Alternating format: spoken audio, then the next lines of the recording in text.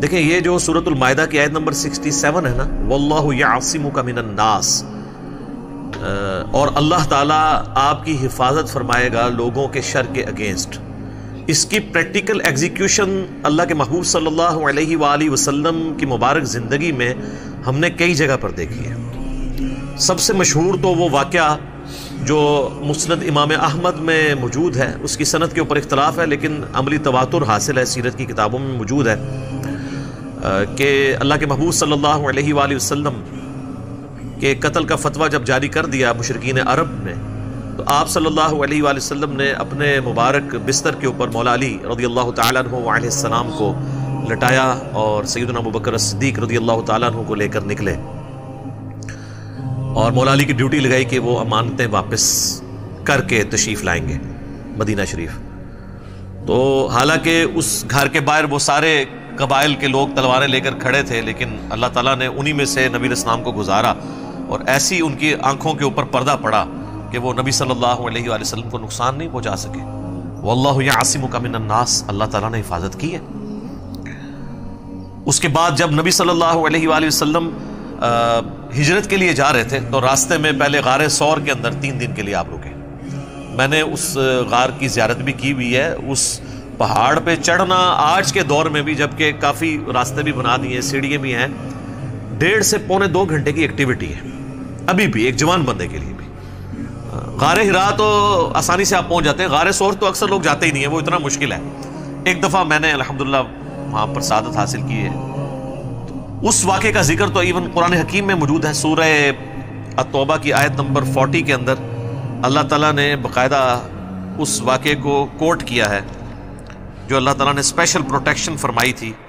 اپنے محبوب صلی اللہ علیہ وآلہ وسلم کی۔ الا تنصروہ، اگر تم نبی صلی اللہ علیہ وآلہ وسلم کی مدد نہیں کرو گے نا اے ان کے ساتھیوں، فقد نصرہ اللہ اذ اخرجہ الذین کفروا، تو بے شک اللہ تعالیٰ تو ان کی مدد فرما چکا ہے جب کافروں نے ان کو وہاں سے نکلنے پر مجبور کیا اور نکال دیا مکے کی سرزمین سے۔ ثانی اثنین اذ ہما فی الغار، جبکہ وہ دو، یعنی اللہ کے محبوب صلی اللہ علیہ وآلہ وسلم اور سیدنا ابوبکر صدیق 2 تھے، اور ان دونوں میں سے دوسرا یعنی نبی علیہ السلام نے غار میں کہا اذ یقول لصاحبہ، اپنے ساتھی ابوبکر سے، اور یہ اس آیت کی تفسیر میں اہل تشیع اور اہل سنت کامن ہے کہ یہاں صاحبی سے مراد سیدنا ابوبکر ہے، صرف ہماری تفسیر میں نہیں، ان کے ہاں بھی۔ لا تحزن ان اللہ معنا، مت گھبراؤ، غم نہ کھاؤ، بے شک اللہ ہمارے ساتھ ہے۔ فانزل اللہ سکینتہ علیہ، تو اللہ تعالیٰ نے ان پر سکینت نازل کی، وأیدہ بجنود لم تروہا، اور ایسے لشکروں سے اپنے نبی کی مدد فرمائی کہ جو نظر نہیں آنے والے تھے۔ تو یہ واقعہ کا ذکر موجود ہے اس کانٹیکسٹ میں، بخاری اور مسلم دونوں میں ایک حدیث موجود ہے کہ جب غار میں پناہ لی، غار ثور کے اندر سیدنا ابوبکر اللہ کے محبوب صلی اللہ علیہ وآلہ وسلم کے ساتھ تھے، تو سیدنا ابوبکر نے عرض کیا اللہ کے رسول، اگر یہ کافر اپنے قدموں کی سیدھ میں ہمیں دیکھ لیں تو وہ ہمیں پا لیں گے، یعنی ان کی ٹانگیں تو نظر آ رہی تھیں، وہ غار ذرا نیچے کر کے تھا، تو اگر وہ اپنے آپ کو جھکا کے قدموں کی سیدھ سے اندر دیکھیں غار میں تو ہم نظر آ جائیں گے۔ تو اللہ کے محبوب صلی اللہ علیہ وآلہ وسلم کا ذرا کانفیڈنس لیول دیکھیں، پیغمبر کس کانفیڈنس لیول کے اوپر ہوتا ہے۔ آپ صلی اللہ علیہ وآلہ وسلم فرمایا اے ابوبکر، تمہارا ان دونوں کے بارے میں کیا خیال ہے جن کے ساتھ تیسرا ان کا رب ہے؟ ٹھیک ہے، تو یہ اسی کا ذکر سورہ توبہ میں آیا کہ وہ اپنے ساتھی کو تسلیاں دیتے تھے۔ اچھا، یہ حضرت ابوبکر صدیق نے وہاں پہ نہیں کہا کہ اللہ تعالیٰ تو عرش کے اوپر ہے، یہ آپ کیوں کہہ رہے ہیں کہ تیسرا اللہ ہمارے ساتھ ہے؟ یہ میں بار بار یعنی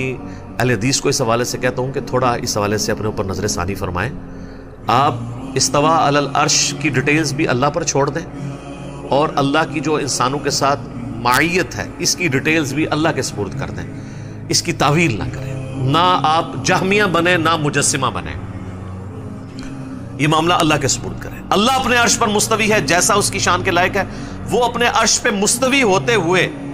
ہمارے ساتھ ہے، نحن اقرب الیہ من حبل الورید، وہ ہماری رگ جان سے بھی زیادہ قریب ہے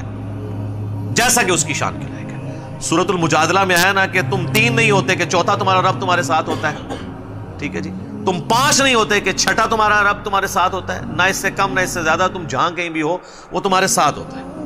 اور کس طریقے سے آپ کو سمجھایا جائے؟ بخاری اور مسلم دونوں میں حدیث ہے، اللہ کے محبوب صلی اللہ علیہ وآلہ وسلم اصحاب کے ساتھ جا رہے تھے، تو اصحاب بلند آواز سے کوئی پڑھ رہا تھا اللہ اکبر، کوئی کہہ رہا تھا سبحان اللہ، کوئی پڑھ رہا تھا لا الہ الا اللہ اونچی آواز میں، تو آپ نے فرمایا کہ تم کسی بہرے اور غائب کو نہیں سنا رہے۔ تو اس کا الٹ کیا ہوگا کہ اللہ سننے والا ہے اور غائب نہیں ہے، وہاں پر ہے جیسا کہ اس کی شان کے لائق ہے۔ اور پھر آپ نے مزید وہم نکالا کہ تمہارا رب تمہاری سواری کی گردن سے بھی زیادہ تمہارے قریب ہے۔ جب انسان اونٹ پہ بیٹھا ہو تو اس کی کوہان اور گردن قریب ہوتی ہے نا، اس سے زیادہ تمہارے قریب ہے جیسا کہ اس کی شان کے لائق ہے۔ اور پھر آپ نے کہا کہ مجھے اللہ تعالیٰ نے جنت کے خزانوں میں سے ایک خزانہ دیا ہے، وہ میں تمہیں تعلیم کر دیتا ہوں، لا حول ولا قوت الا باللہ، نہیں ہے طاقت گناہوں سے بچنے کی اور نہ ہے توفیق یا ہمت نیکی کے کام کرنے کی مگر اس کی توفیق سے، اس کی دی ہوئی طاقت سے۔ خیر یہ میں نے ضمناً بات کی۔ تو غار ثور میں نبی صلی اللہ علیہ وآلہ وسلم کی مدد ہوئی۔ پھر بخاری اور مسلم دونوں میں حدیث موجود ہے کہ جب نبی صلی اللہ علیہ وآلہ وسلم ہجرت کے لیے مدینہ شریف جا رہے تھے تو سراقہ ابن مالک آپ کے پیچھے آیا مخبری کرنے کے لیے، کافروں کی طرف سے 100 اونٹ انعام رکھے گئے تھے، بہت بڑی رقم تھی، آج کے 100 اونٹ بھی آپ سمجھ لیں 2-2.5 کروڑ روپے بنتا ہے کم از کم۔ تو نبی صلی اللہ علیہ وآلہ وسلم کی اللہ نے حفاظت فرمائی تو اس کا گھوڑا جو ہے زمین میں دھنس گیا پیٹ تک، تو اس کو سمجھ آ گئی، اس نے کہا آپ کی وجہ سے میرا گھوڑا دھنسا ہے، آپ اللہ کے حضور دعا کریں کہ اللہ تعالیٰ جو ہے وہ مجھے نجات دے۔ تو نبی علیہ السلام نے دعا کی تو وہ گھوڑا باہر نکل آیا۔ تو اس نے کہا کہ بس میں اپنا آپ کے بارے میں نہیں بتاؤں گا، راستے میں کوئی ملے گا نا تو میں اس کو کہوں گا، وہ کیونکہ بڑا مشہور کھوجی بھی تھا، کہ میں اس طرف دیکھا ہوں، اس طرف نبی صلی اللہ علیہ وآلہ وسلم اور ان کے ساتھی نہیں ہیں۔ تو وہ چلا گیا۔ باقی روایتوں میں ملتا ہے کہ نبی علیہ السلام نے اس کو خوشخبری بھی دی تھی کہ میں تیرے ہاتھوں میں کسرا کے کنگن دے رہا ہوں، تو دیکھ رہا ہوں۔ تو بڑا حیران ہوا کہ پرشین امپائر کا جو سردار ہے وہ پھر حضرت عمر کے دور میں حضرت عمر نے تھوڑی دیر کے لیے اسے کنگن پہنا کے وہ نبی علیہ السلام کی بشارت پوری بھی کی، اور اس نے کہا یہ تو میرے، ان کا نا تیرے نہیں، صرف حضور نے دیکھے تھے، یہ مسلمانوں کا مال ہے، مال غنیمت میں جمع ہوگا، یہ ایکولی ڈسٹریبیوٹ ہوگا ایز پر جو اللہ کا قانون ہے۔ تو وہاں پر بھی اللہ کے محبوب صلی اللہ علیہ وآلہ وسلم کی اللہ تعالیٰ نے غیر معمولی مدد کی۔ اور ایک اور حدیث ہے صحیح بخاری اور صحیح مسلم دونوں میں، نبی علیہ السلام ایک جہاد کے سفر میں تھے تو آپ کے صحابہ بھی آپ کے ساتھ تھے، ایک جگہ آپ کیلولا کے لیے رکے دوپہر کے وقت درخت کے نیچے آرام کرنے کے لیے، تو آپ نے اپنی مبارک تلوار جو ہے وہ لٹکا دی درخت کے اوپر۔ تو ایک پینڈو کوئی عربی شخص آیا، اس نے وہ تلوار اتاری اور نبی علیہ السلام کے اوپر سونت لی اور کہا کہ اے محمد اب تجھے میرے ہاتھوں سے کون بچائے گا؟ سر یہ موت کو اتنا قریب دیکھ کے تو نبی علیہ السلام فرمایا اللہ بچائے گا، ٹھیک ہے نا۔ تو بخاری مسلم میں اشارتاً موجود ہے کہ اس کے ہاتھ سے تلوار چھوٹ گئی، لیکن دلائل النبوہ امام بیہقی کی کتاب میں اور کتابوں میں مشکات میں بھی حدیث موجود ہے